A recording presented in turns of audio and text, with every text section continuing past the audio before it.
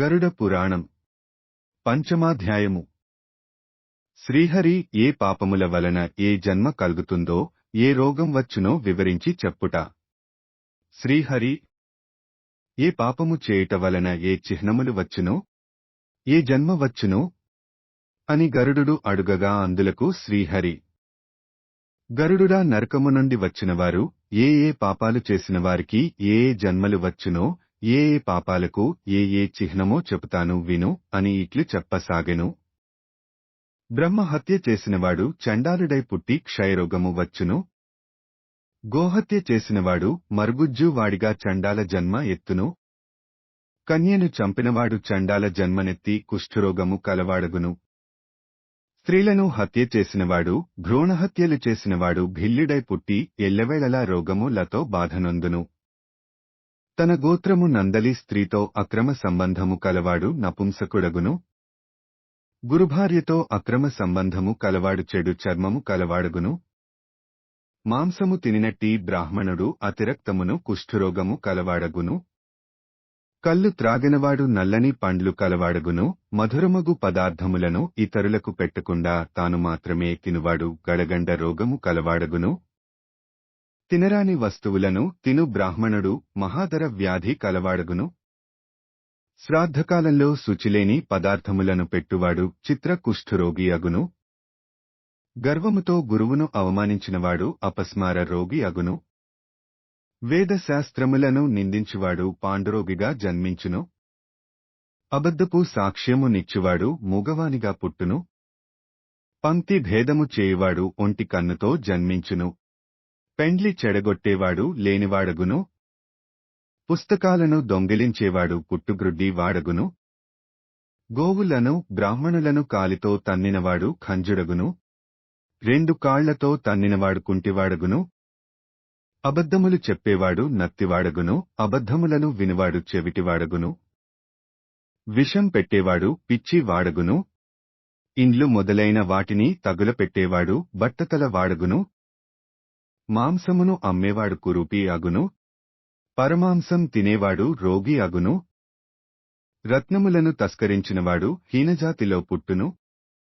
బంగారము దొంగిలించినవాడు చిన్నవి పిప్పిగోళ్లు కలవాడగును.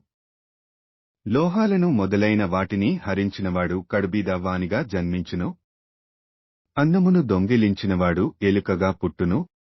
ధాన్యమును దొంగిలించినవాడు మెడతగా జన్మించును. నీళ్లు దొంగిలించినవాడు చాతకపక్షిగా పుట్టును. విషమును హరించువాడు తేలుగా జన్మించును. కూరలను ఆకులను తస్కరించినవాడు నెమలిగా పుట్టును. పరిమళ ద్రవ్యములను అపహరించువాడు చుంచుగా పుట్టును. తేనెను దొంగిలించినవాడు తేనెటీగగా పుట్టును. మాంసమును దొంగిలించినవాడు గ్రద్దగాను, ఉప్పునపహరించినవాడు చీమగా ఫలపుష్ప తాంబూలములు మొదలైన వాటిని అపహరించినవాడు అడవిలోని మర్కటంగా పుట్టును. చెప్పులు, గడ్డి, ప్రత్తి మొదలైన వాటిని దొంగిలించినవాడు మేకగా జన్మించును. క్రూర వ్యాపారము చేస్తూ మార్గంలో పయనించే బాటసారులను కొట్టువాడు, వేటాడుట యందే యాసక్తి కలిగినవాడు కటికివాని ఇంటియందు మేకగా పుట్టును. విషంత్రాగి మరణించి నవారు పర్వతమునందు నల్లని త్రాచుపాముగా పుట్టును. శాస్త్రములను ఆచారములను విడిచి స్వేచ్ఛగా తిరిగేవాడు అడవిలోని ఏనుగుగా పుట్టును. వైశ్వదేవము చేయని బ్రాహ్మణులను, బ్రాహ్మణేతరుల ఇంట అన్నమును తిన్నను, తినరాని పదార్థములను భక్షించిన బ్రాహ్మణులను మనుష్య సంచారములేని అడవియందు పెద్దపులులుగా పుట్టుదురు. సంధ్యావందనము చేయనివాడు, గాయత్రీ మంత్రమును జపించనివాడు, క్రూరమైనట్టి మనసు కలిగి పైకి సజ్జనుడుగా నటించు బ్రాహ్మణుడు కొంగగా పుట్టును. యాజ్జీకము చేయించకూడని కులముల వారికి యాజ్జీకము చేయించినవాడు ఊరపందిగా పుట్టును. ధనమందు ఆశతో అనేక మందికి యాజ్జీకము చేయించినవాడు గాడిదగా పుట్టును. పరిషేచనము మొదలైన మంత్రములు చెప్పకుండా అన్నమును తినినవాడు కాకిగా పుట్టును. యోగ్యుడు చదువుయందు ఆసక్తి కలిగి చెప్పమని అడుగగా చదువు చెప్పని బ్రాహ్మణుడు ఎద్దుగా పుట్టును. గురుసేవను చేయని శిష్యుడు కంచరగాడిదగాను పశువుగాను పుట్టును. బ్రాహ్మణునితో వాదించి లెక్కచేక కోపించి ఎదిరించిన బ్రాహ్మణుడు అడవిలో నీళ్లులేని ప్రదేశంలో బ్రహ్మ రాక్షసుడుగా పుట్టును. బ్రాహ్మణునకు దానమిస్తానని వాగ్దానం చేసి దానమివ్వనివాడు నక్కగా పుట్టును. సత్పురుషులకు అపకారము చేసినవాడు అగ్నిహోత్రము నందు వెలువడు చిటపట ధ్వని రూపముగా నగును. మిత్రద్రోహం చేసినవాడు పర్వతమునందు గ్రద్దగాను, దగా చేసి వస్తువులను అమ్మేవాడు గుడ్లగూబగా పుట్టును. వర్ణాశ్రమ ధర్మాలను ఆచరించనివాడు అడవిలో పావురముగా జన్మించును. ఇస్తానని ఆశజూపి ఇవ్వక ఆశాభంగం చేసినవాడు, స్నేహితులు మధ్య స్నేహాన్ని భంగం చేసినవాడు, భార్య మీద కోపగించి విడిచిపెట్టినవాడు చక్రవాకపక్షిగా జన్మించి అనేక సంవత్సరాలు అట్లే జీవింతురు. తండ్రిని, తల్లిని, తోబుట్టువులను, సహోదరులను ఎదిరించి నిందించినవాడు అనేక జన్మలు గర్భంలో ప్రవేశించి ఆ గర్భం పూర్తికాక మునుపే గర్భస్రావముగా నశించిపోవుచుండును. అత్తమామలతో పోట్లాడి వారిని బాధపెట్టిన స్త్రీ జలగగా పుట్టును. భర్తను ఎదిరించి పోరాడు స్త్రీ శ్వాసకోశ సంబంధమైన రోగముతో పేను జన్మ ఎత్తును. తన భర్తను విడిచిపెట్టి పరపురుషుని యందు ఆసక్తిగల స్త్రీ ఆడమేకగాను, బల్లిగాను, 2 తలల ఆడపాముగాను పుట్టును. స్వగోత్రమును నశింపచేసినవాడు, స్వగోత్రము గల స్త్రీని వివాహమాడినవాడు శిథిలమైన అవయవములు గలిగిన ఎలుగుబంటిగా జన్మించును. కామముతో తాపస స్త్రీతో సంభోగము జరిపినవాడు నీళ్లులేని దేశములో పిశాచముగా జన్మించును. యౌవనము రాని స్త్రీతో సంభోగించినవాడు అడవిలో కొండచిలువగా పుట్టును. గురుభార్యతో సంగమించినవాడు తొండ జన్మమెత్తును. రాజుభార్యతో సంభోగించినవాడు లొట్టిపిట్టగా పుట్టును. స్నేహితుని భార్యతో సంభోగించినవాడు గాడిదగా పుట్టును. యోనియందు ఆసక్తిగలవాడు పందిగా పుట్టును. రజస్వల అయిన స్త్రీని పెండ్లి చేసుకున్నవాడు ఎద్దుగాను పుట్టును.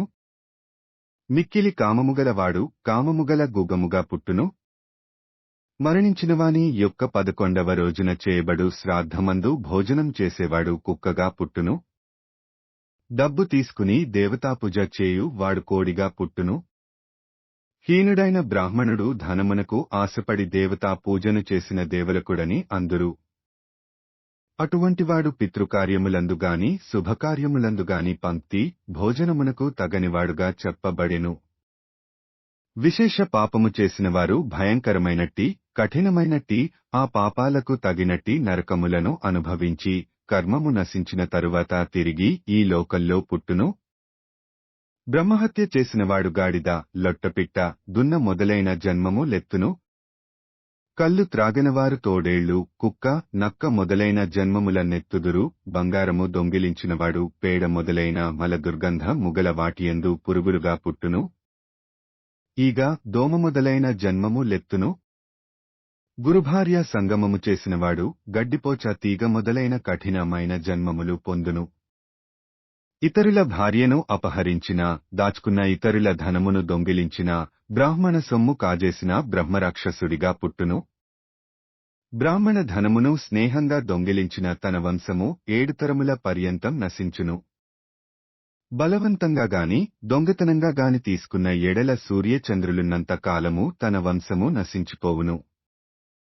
అంటే తాను తన పితృదేవతలున్నంత వరకు పాపము అనుభవించును. ముల్లోకాలలో ఎవడైనా ఇనుము, రాయి మొగలైన వాటి యొక్క చూర్ణమును, విషమును తిని హరించుకొనగలడు కాని బ్రాహ్మణ ధనమును నపహరించి హరించుకొనలేడు. రాజు యొక్క చతురంగ బలములు బ్రాహ్మణుని యొక్క ధనముచేత పోషింపబడి బలము కలిగినప్పటికిని యుద్ధ సమయంలో బలహీనమై ఇసుకచేత కట్టబడిన కట్టడములెట్లు కూలిపోవునో ఆ రీతిగా యుద్ధము నుండి వెనుదిరుగును. అవసరకాలమునకు పనికిరావు. దేవాలయ ధనము దొంగిలించినవారు, బ్రాహ్మణుల ధనము అపహరించినవారు, బ్రాహ్మణులను తిరస్కరించినవారు తన కులము నుండి చెడిపోయి హీనమైన కులమును పొందుదురు. తనను ఆశ్రయించుకున్న వేద శాస్త్ర పండితుడగు బ్రాహ్మణుని కాదని విద్యాహీనుడగు ఇతర బ్రాహ్మణులకు దానమిచ్చిన అది బ్రాహ్మణాతిక్రమమని అందురు. వేదము చదివిన బ్రాహ్మణుని విడిచి చదువుకొనని బ్రాహ్మణునకు దానమిచ్చిన బ్రాహ్మణాతిక్రమని అంటారు. ఎందువలనంటే మండుచున్న అగ్నిని విడిచి బూడిదయందు హోమం చేయుట ఎంత నిష్ఫలమో అదేరీతిగా నిష్ఫలమోనని తెలుసుకోవలెను. బ్రాహ్మణతిక్రమ దోషము వలన అనేక నరకములను అనుభవించి అటు తరువాత జాత్యంధుడై దరిద్రుడై నిరంతరం ఇతరులను ముష్టి అడుగువడగును. దానమునకు అర్హుడు కాకుండును. దానము జేయు సమర్థుడు కాకుండును. తన చేతగాని లేదా ఇతరుల చేతగాని ఇవ్వబడినటువంటి భూమిని అపహరించినవాడు 60,000 సంవత్సరములు వరకు పురుగుగా పుట్టును. తన చేతగాని ఇతరుల చేతగాని ఇవ్వబడినది ఏ పాపాత్ముడు హరించునో అటువంటివాడు ప్రళయకాలం వరకు నరకము అనుభవించుచుండును. బ్రాహ్మణునకు జీవించడానికి భూదానమిచ్చి దానిని కాపాడుచుండవలెను. అలా కాకుండా అపహరిస్తే అటువంటివాడు కుంటి కుక్కగా జన్మించును. బ్రాహ్మణునకు జీవించడానికి వృత్తిని కల్పించిన 1,00,000 గోదానములు చేసిన ఫలమును పొందును. బ్రాహ్మణ వృత్తిని అపహరించిన వారు కోతి, కుక్క, కొండముచ్చు మొదలగు జన్మలు పొందుచుందురు. ఓ గరుత్మంతుడా! ఈ మొదలైన చిహ్నములు పాపజన్మములు వచ్చుటకు హేతువులు. ఈ లోకంలో జీవులు తమ యొక్క పాపకర్మలచే గప్పపడి ఉన్నారు. ఈ విధంగా పాపకర్మలను చేసినవారు నరకబాధలను అనుభవించి మిగిలిన పాపము వలన ఈ చెప్పబడినటువంటి హీనజన్మముల యందు పుట్టుచుందురు. అటు తరువాత శరీరములలో ముగములు మొదలైన శరీరములను పొంది బరువులు మోయుట మొదలైన దుహకములను పొందుతున్నారు. అటు తరువాత పక్షి జన్మమునెత్తి వర్షము, చలి, ఎండ మొదలైన వాటి వలన కలిగిన కష్టములను అనుభవించిన అనంతరము పుణ్యపాపములు సమానమగుచున్నప్పుడు మనుష్య జన్మమెత్తుచుండును. ఈ జీవుడు స్త్రీ పురుషుల యొక్క సంగమముచే గర్భములో ప్రవేశించి గర్భోత్పత్తియై జన్మించి మరణము పొందువరకు కష్టాలు దుఃఖాలు అనుభవించి మరల మరణించును. ఈ విధంగా సమస్త జీవులు జన్మిస్తూ మరణిస్తూ ఉంటారు. కావున పుట్టుచుందురు. 4 విధములైన భూతములయందు ప్రాణులయందు ఈ ప్రకారము ఈ జీవులు నా మాయచేత కర్మానుసారముగా భూమిమీద పుట్టుచు చుందురు. మరణించుచు నరకములను అనుభవించుచు గడియారమువలే తిరుగు దానము చేయకపోవుట వలన దరిద్రుడగును. దరిద్రుడగుట వలన పాపము చేయును.